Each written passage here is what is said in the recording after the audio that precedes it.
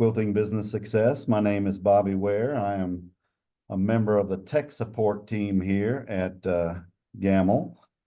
And we have a special guest here with us today named Jeri. I'm going to introduce you in just a minute there, Miss Jeri. I'm going to give the people a chance to get on here. I want to tell the people that are watching that during the course of the podcast, you can, if you have a question to ask or a comment, you can look at the bottom of your screen and you can click on there and submit a question.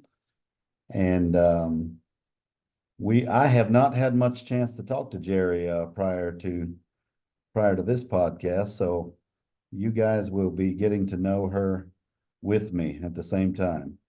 Okay, well, we're going to go ahead and start out. We got a few people watching right now. We have with us Jeri Soens. Am I pronouncing that right? Soens? Yes, and it's pronounced that just like sewing, Soans, that Yeah, old I saw that. so-and-so. When I first saw your name, I said, that's great, Soens. Yeah, that Yes, was right along with it. Well, Jeri, let's just get to know you a little bit. Where are you located? Where's home for you? I am in Colorado in the northeast corner, north of Denver, or they're east of Denver, up at Sterling area in the northeast corner, not as far as Nebraska, Julesburg, up in that little corner of the world. Okay. And is the place where you're located, is it more urban or more rural? It's very rural. Okay. Yeah. Okay. Dry land farmers. Okay. Gotcha. So, how long have you been doing long arming, Jeri? I started doing long arm quilting in 1976. I got my first quilter. 1976. Yes, And they actually had long arm quilting. It existed back then, huh? they did. Nothing like we have today for sure. But it was a starting place and came out of Kansas City. And it was a machine with no designs on it, no stitch regulator on it, just a flat, no feed dog, just a flat plate, and it was on and off. They'd taken everything, all the inners out, and so it would be on and off, and wherever you move the machine is where it would sew. So was it basically like a sewing machine mounted on a table? And yes, an industrial machine, so it had a long throat. It weighed Okay. about 90 pounds. Okay, It gotcha. was heavy, but solid. same concept of what we're doing, what you guys are doing with the Gamel, but just no fancy stuff on it. Okay. And so how did you start out getting into long arming? How did you discover it way Well, back in the Stone Age there? actually, it was at Cheyenne Frontier Days. They had a booth set up and you could go over and practice sewing on this machine. And I sent all the kids and my husband over to the rodeo, and I said, you guys go, I'm going to stay by this machine. And every time someone would leave, then I'd get back on the machine, and then somebody else would come and I'd get back on the machine. And I fell in love with it. And I had to, this is kind of a funny story. I had to convince my husband that it was worth my time and energy and effort to buy this machine. At that particular time, it was $2,500. So I had to take a loan out from him. I had to take a loan out from him to pay him back to buy my machine because it was so funny. So I just got started and I practiced. We had a lot of mattress pads before I finally figured out that I could really keep my technique and my speed at the same tempo and my designs at the rate so that the stitch, because they had no stitch regulator. Right. And, so I needed to be able to hold the machines at a tempo to where I could get 10 to 12 or 14 to 16 stitches an inch and make them look pretty. And what year was this again? 76. 76, bicentennial. Yes, it was. Okay. Yeah.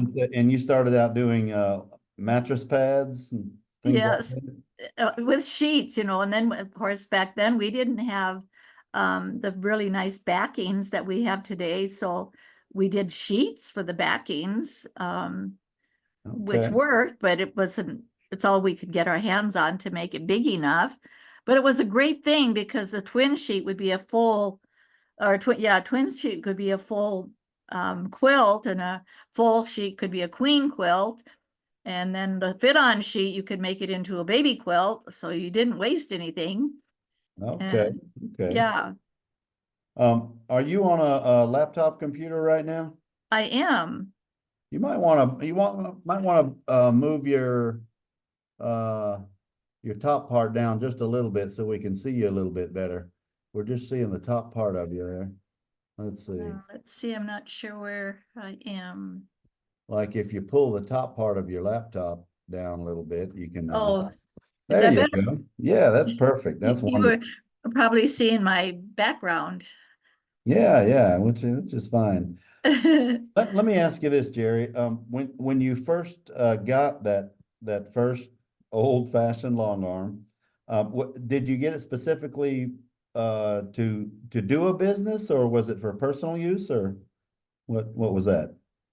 It was both. I thought if I could get used to it enough, I would take quilts in and quilt them for people. As I was visiting and talking prior to that, I heard many people say when you'd get together, I wished we had a way of getting our quilts quilted, our tops quilted, instead of having to send them off. And we were in the Denver area at the time. And so I thought, well, I bet I could get good enough to do that. And which I did. I was very proud of myself that I was sending quilts from California to Kansas to New York. People would get my name from a relative or a friend, and it just kind of word of mouth. I never advertised it. It came to me. Okay, okay. And so as the years went by, did you go through several different machines, or did you kind of keep the same one for a long time? I had that same machine until I bought my Gamel Okay. And when did you get the Gamel? about 8 years ago. Okay. So 2016, maybe somewhere around there. Uh-huh. Mhm. Okay. And what type of Gamel did you go with at that time? At that time, I've got my friend that introduced me to your company. We'd went to I think it was either Boulder, I believe it was. And I got the one that was just still freestyle. I just Okay. wasn't sure if I wanted computerized yet. I enjoyed the freestyle so much and had, But you had a lot of years with hand guided, yeah. yes, and I had created a lot of my own patterns. God just has blessed me with. I could see a pattern on a wall or a design, and in my mind, print it 2 or 3 times and then come home and make it. Okay. So you have Yes, a gifting there. I do, and so I enjoyed the freestyling because I could do some really great patterns, and And so do you still have hand guided today or? I do. I have both. Oh, okay. Did you get another Gamel or? No, I upgraded I believe it was to the Statler, Okay. so I can do both. Okay. And when did you retrofit to a Statler? About 4 years ago. Okay. Okay. So you still have the same Gamel that you started with. It's just been upgraded in the process. Yes, Okay. and So, I like it. and you've been pretty happy with your Gamel? Yes. Oh, I love it. I love it. When you first got your Gamel, was it the non-stitch regulated or was it a plus machine? Non-stitch regulator.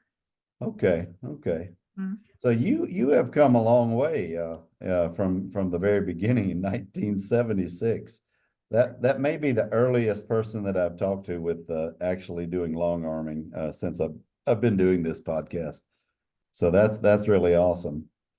Um, so when you started, let me ask you, as I told you before, that a lot of our target audience and people that are watching you right now are people that are either a lot of them are in the beginning stages of maybe starting a quilting business, and some of them maybe are thinking about starting a quilting business, and some of them have been doing it for a long time.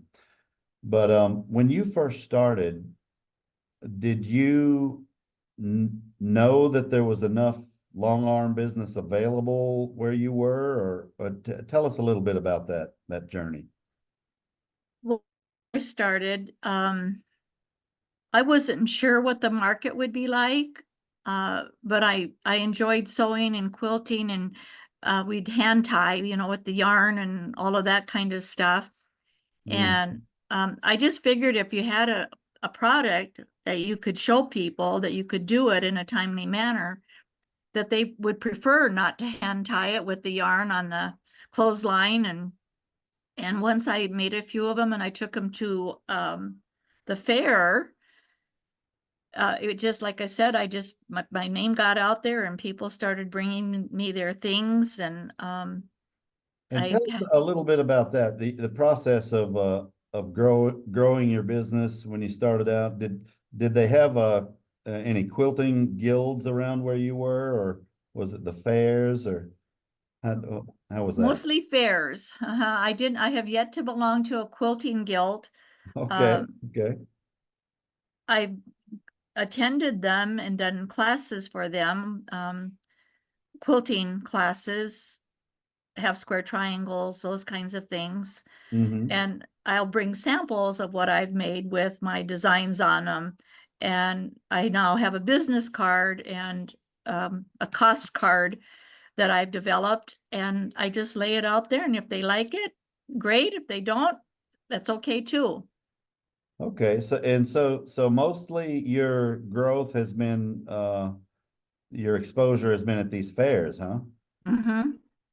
Fairs, Okay. Um, so um during this time, you mentioned you were involved in the ministry. It was that your primary occupation aside from quilting through yes, the last, how long has it been since 76? 45 years 25 or years. more. Okay. And so you've been in the are you a pastor or Yes, I just retired 2 weeks ago. okay, you just Yes, retired. yes. Okay. So during the last 45 years, you've had both of these uh parts of your life side by side. You're doing them both at the same time, right? Yes. Mm-hmm. Okay. Um, so over the years, how many hours would you say you average putting into quilting, like per week? Was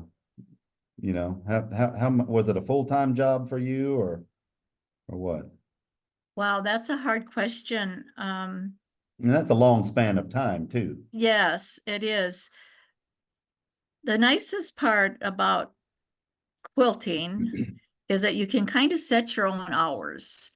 And if you know that now you can look at the patterns and the computer is going to do a certain pattern, and you can Mhm. time every row and it's going to do 9 rows, that's going to take you an hour and 22 minutes or thereabouts.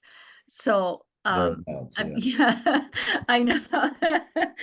Um, and so it's kind of nice because if I have a couple of extra hours at night, I can go down and get a quilt put on and have it quilted and off the machine. Now, freestyle, I could put one on, start it, leave, come back and pick it up and do whatever. But so to put a time limit on it, I think is a little harder Hmm. because of so many designs that we have. Right. And it's just been the last 4 years that you've been doing computerized, right? Yes. So, so right now, um, what would you say is your ratio of edge to edge versus hand guided and stuff like that? Time wise, you mean? Well, like both time wise and how many computerized quilts versus the hand guided. Oh, um, the computerized ones, they're not only more timely, but they're more pretty, they're prettier.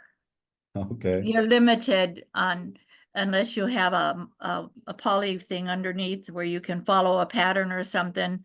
My brain doesn't work that way, so I couldn't follow those, but people that can do beautiful work with that.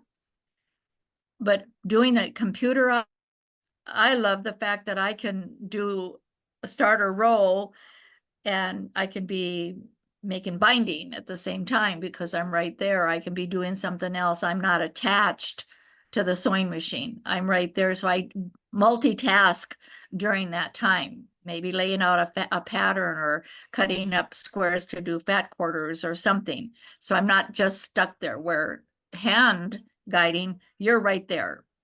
That time has to be utilized just for that. So Right. I hardly do any freestyle anymore. I'm spoiled. That computerized that Statler will spoil you, won't Oh it? my goodness. Yes, yes. If I can, a programming thing, I've got somebody asking, how can we recommend a quilter to be interviewed? And some of my coworkers that are watching right now, if you can send me a note on here so I can give accurate information on that. And I'll answer that question as soon as I get an answer from some of my coworkers here.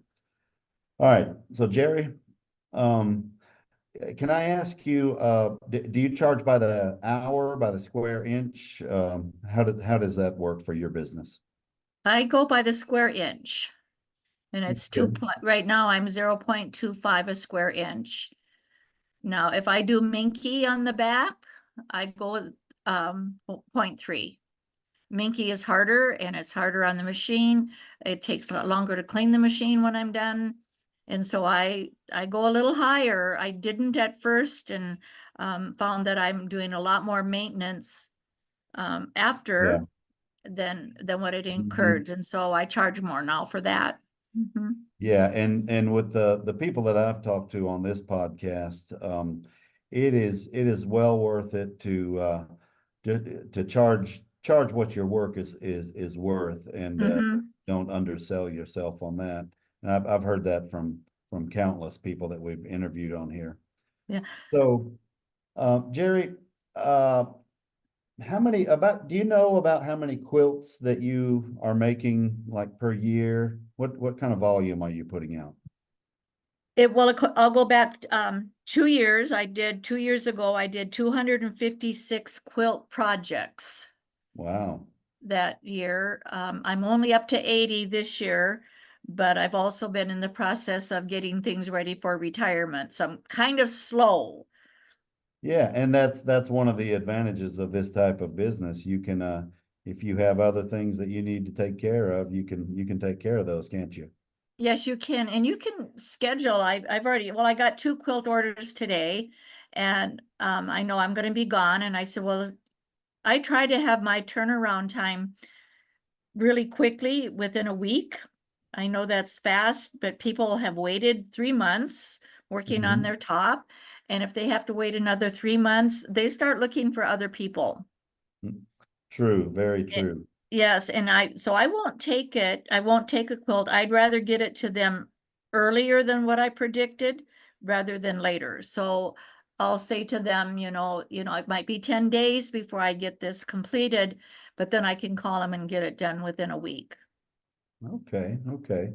And I'm sorry, let me step aside to this one more time. Um, if if anyone is looking for someone to be interviewed on the podcast, Holly has told me that they can send an email to contact@gamel.com.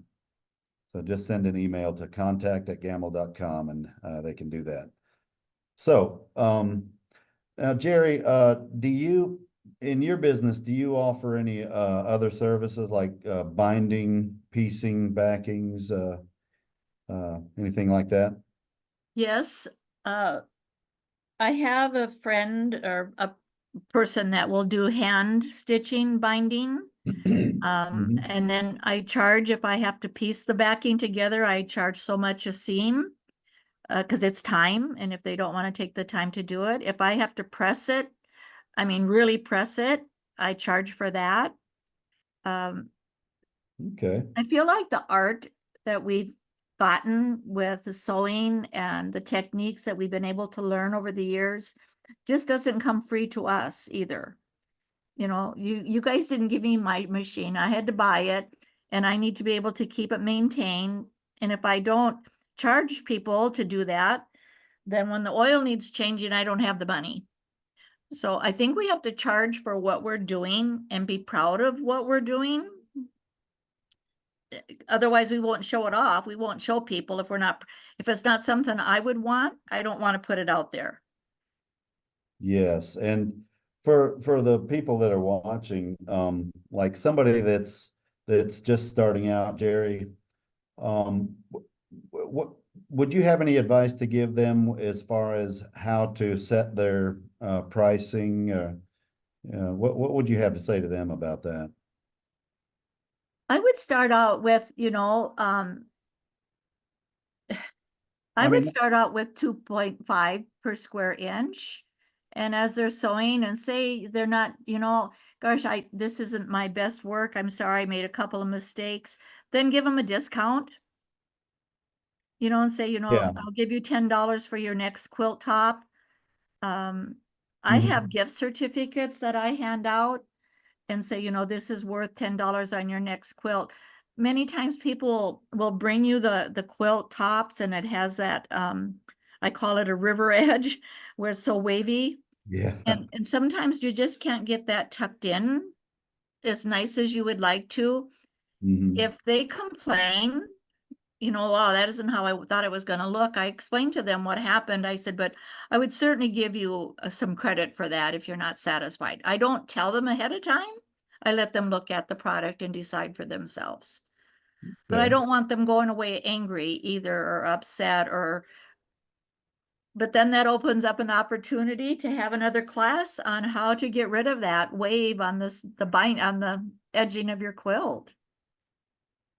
Yes, and as far as the per square inch charge, it's going to be different in different areas of the country, and so yeah, and the principles that you're talking about, I think a lot of quilters would really agree with. You charge what you're worth, and if something isn't quite right with a particular quilt, you make it right, in one way or the other. So, do you have any stories of uh like any bad experiences with anything that happened with any customers or anything Hmm. like that that you can think of? Yes, was a lesson well learned. And so it made me change my disclaimer. Oh, I do have a disclaimer on it's like a pamphlet and what I want the quilt to look like. A flat quilt is a happy quilt. And if it comes to me and it's all bundled up on the back, it's not going to quilt pretty. Or if there's 4 or 5 seams coming into a corner and they say, oh, my points didn't match very well. I look it over before I start. When they come to me, I have a checklist, and I ask them, is there anything in particular that they want? Any design? What is it they're looking for? I want their project to be their project. And so I go through this little questionnaire thing with them that's on my disclaimer. But anyway, so a customer brought me a really cute baby top. It had unicorns on it. It was just adorable. And the back was 4 pieces of fleece sewed together, 4 different colors, 4 squares, with one great big seam right in the center. Yeah. And she wanted me to use that, and I said, I am really sorry. I can't do that. I said, first of all, you're going to have just one big ball of stuff right here because the machine won't sew over 8 seams and be nice and smooth for you. So she wasn't happy with me, and she said, well, I want you to do it anyway. And I had her sign a paper saying that I did explain to her the results that could happen. Okay, and so what was the difference between your disclaimer before and after? That I have the right now to refuse any project if I don't feel I can do a proper job, in my opinion. And I didn't have that before. Otherwise, I could have showed her this is my policy, and I didn't have it, and I do now. Okay, And okay. it's really, I think, important for us to protect ourselves first. So anyway, long story short, when I got done, she was not happy. And she squabbled and kicked and squabbled, and I gave it to her free, and I knew that's what was going to happen. And so I don't do that again. Mm. A valuable lesson learned there. Oh, very much so. Yes. I have a question from one of the viewers right now.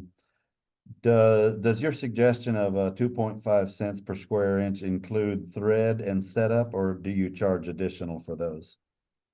It includes the setup and white thread.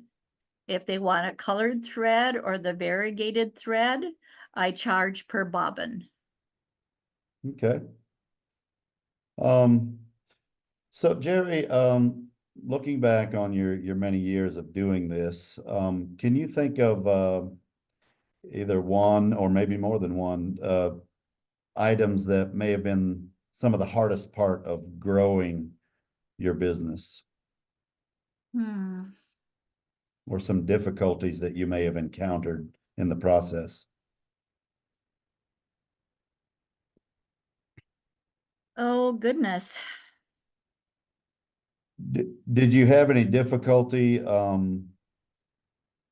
gaining new customers, or has that been a fairly steady thing with your going to the fairs and things like that? You know, I turn business away. Um, Okay. when you display different quilts, or if you even set up a booth at the fair or anything like that, and have samples, and that's how I kind of got started, was at the fair with a booth with different samples.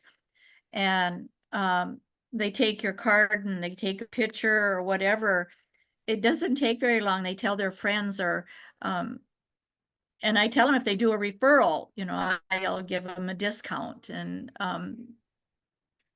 Okay. it's just kind of marketing a few things in a different way.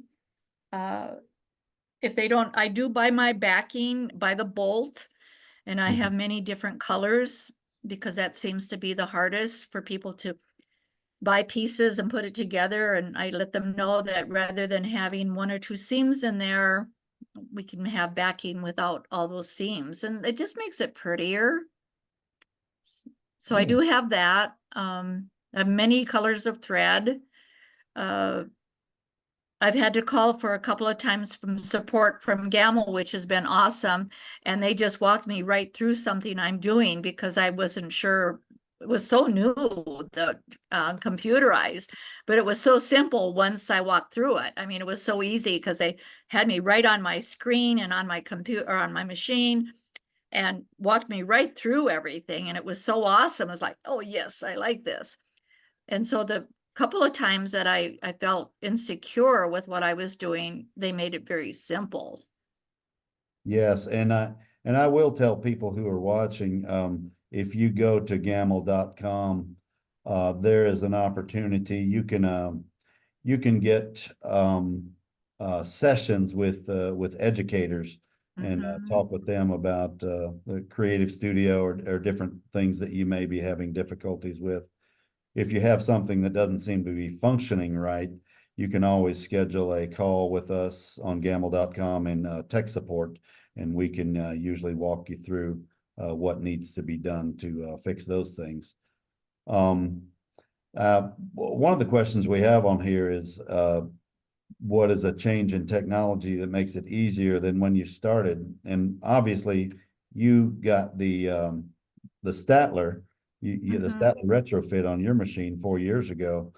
Can you share a little bit about what a difference that has made between the previous kind of quilting you did and now you primarily do the computerized? Oh, it's given me diversity for one thing with patterns. I could not make dinosaurs. I could maybe write happy birthday or bow wow with the freestyle. But we have bulldogs is our school mascot. And I was able to make a bulldog quilt and put dog paws and bones all over it. I mean, talk about it. It sold at an auction here for $1,200. So, Nice. I donate it and the school or the kids make that much money on it and that's what they said. Look at it, even has puppy prints. So it's those things that make it so fun. I mean, you can just, but I am going to a couple of your classes coming up because I know there's more that this machine I have can do. I've just not allowed it to do it. And so I'm coming to those classes because I want to learn more. So And I'm you're thinking, going to the Quilting with Confidence? I am. Okay, wonderful. Which one will you be going to? The Colorado Springs, and then I signed up for the one in Pierre, South Dakota. Okay, you're going to two of them. I am. I want to learn more about this machine. Yes, and for the people watching, I would highly recommend Quilting with Confidence. It has grown every year, and it's a great learning opportunity. You can choose whatever level that you feel you're at as far as choosing of your classes. And not only that, there's such camaraderie with all the other quilters, and without exception, everyone that I talk to that has gone to Quilting with Confidence, they just love it, and they always say, "I'm definitely going back again next year." So I'm glad to hear, Jeri, that you're going to that, and you will absolutely love it. Jeri, Another fun, oh, go ahead. Another fun thing though about the patterns is that some people like it stitched close together, more antique-ish looking, and others want it spread out a little bit. And with the computerized, you can look at the screen and look at your quilt and measure the screen to it to see where that pattern's going to fit, if it's a repeat from edge to edge, and think, ooh, that's a little bit too far apart. Let's scrunch it in just a little bit to almost make it perfect of a line rather than an overlap of a design. And that's what's fun, is you can kind of play with it and make it the way you want. Yeah, you can still, I mean, you have so much more accuracy and things like that you're talking about available, but at the same time, you still you can still exercise your artistic side and do it, make it your own style. So let me ask you one thing, Jeri. During this process of quilting, who would you say has been your biggest cheerleader or support system during this? Oh my goodness. My dog? No. Well, hey, you're one of those. I know. What do you mean? Tell me what you mean by that.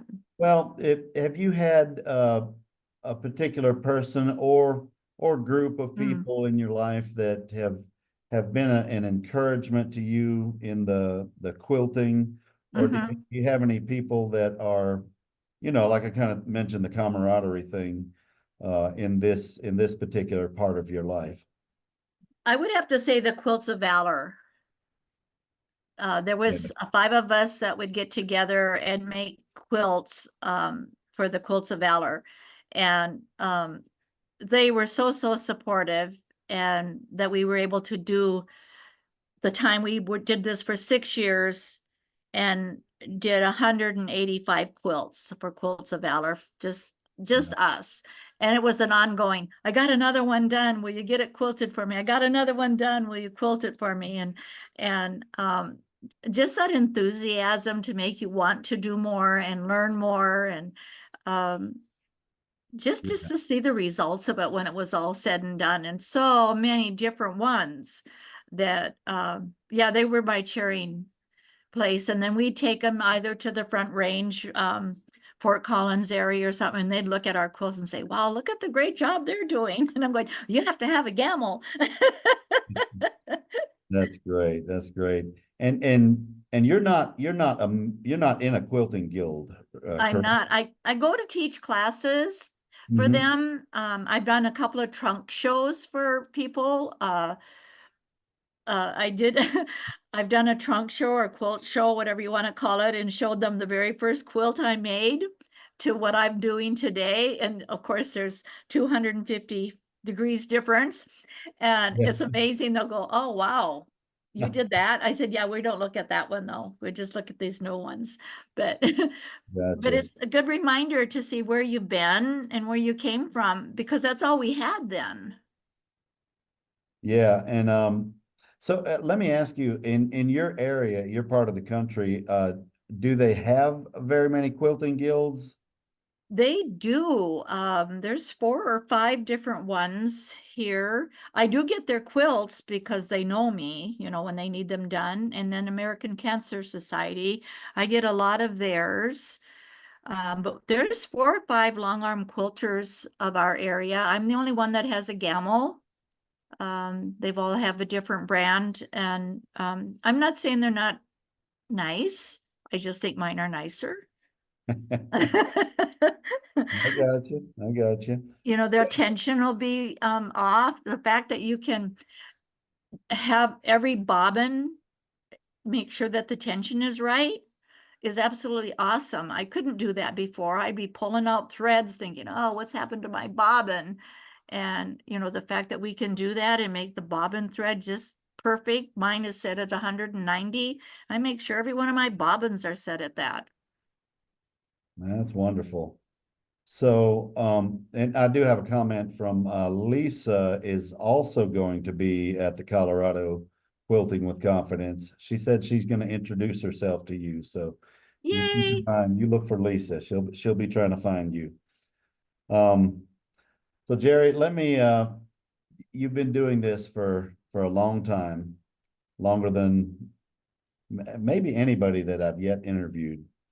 Um, do you can you tell us what kind of impact this quilting business, as far as the freedom of your time and schedule, and maybe the the quilting money, um uh what kind of impact has this type of lifestyle made in your life during over these last 45 years?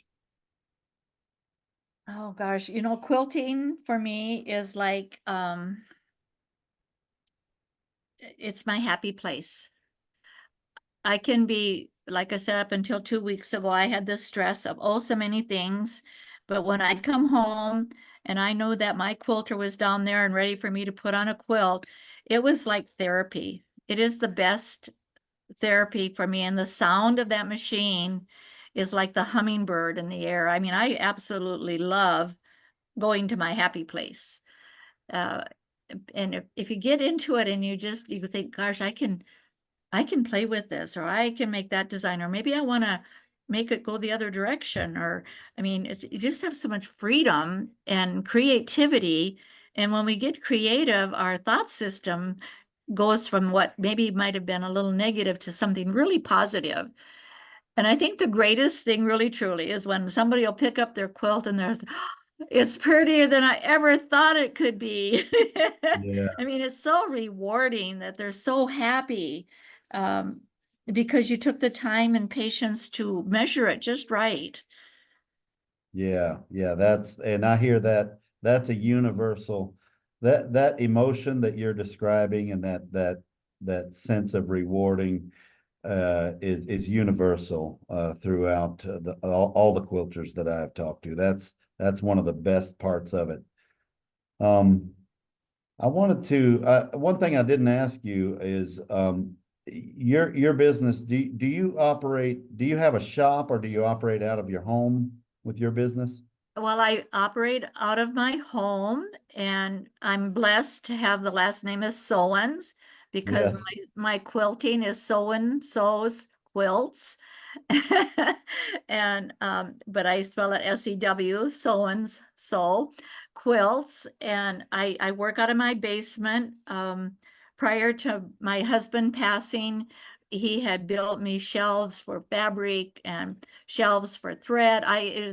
It's like a room designed for a quilter. Mm. It's just he would put things in at my level. Every one of us have a table level that we need to work at, not too high, not too low, so you don't hurt your back. And I love it so much, really, truly, Bobby, is that after Ron passed away, I took one of the bedrooms and I turned it into a learning center. And so Mm. I have 5 to 7 young girls that come twice a month, and they're learning how to make quilts. Oh, that's fantastic. Oh, it's so fun. I have 5 alike sewing machines for them, and so they can troubleshoot. And they are making quilt tops. They've made quilted table runners, and it's exciting to watch them mushroom into something that I love. So, yeah. How long has it been, if I may ask, since your husband passed? It'll be 5 years this August. Gotcha. Well, I'm sure he would be very proud to see that you've been continuing on, and I can tell that you're a motivated person. Um, Before we completely wrap up, and I'm going to give you a chance at the end, I want you to tell people how they can get a hold of you or get in contact with you. But I want to ask you one question. Since you've been doing this for 45 years, and there's been a lot of changes during that time, do you think that during this day and age in 2024 that long arm quilting is still something that somebody could have a successful business at? What are your feelings about that? Your thoughts about I think it's still going to grow. You know, at one time, all we did for sewing was textiles and dresses and shirts and things like that. But now quilting has become not just a hobby, it's a passion. And if you can um, put all of that passion into a pattern or into a design or into somebody else is going to feel that same love when they not only get the quilt, but when they get the quilt finished, because they put their heart and soul into it. And the beautiful fabrics that we have today, and you match that with like beautiful stitching, it's just, it magnifies it, you know, and it's a feeling of success or a feeling of accomplishment. And people, babies, one of my bigger businesses is baby quilts. I'll it? have baby quilts on hand when people come say, oh man, I heard I'm going to have a new niece or a new nephew. And I say, well, I still have some baby quilts, and I sell baby quilts along with what I'm doing, and I keep a backup of it.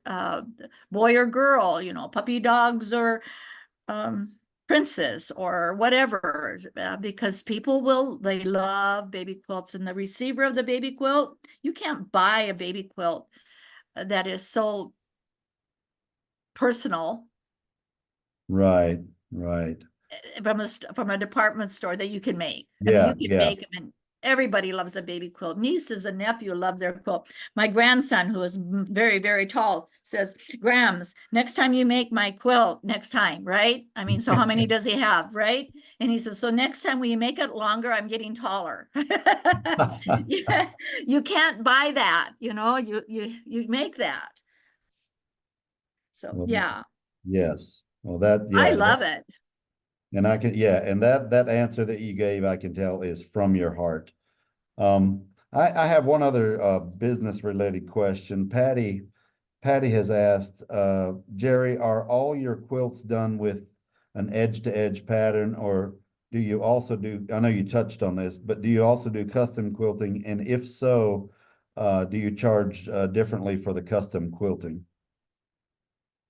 Oh my, I have done cut and paste where I just put it in blocks, but that's why I'm going to creative sewing.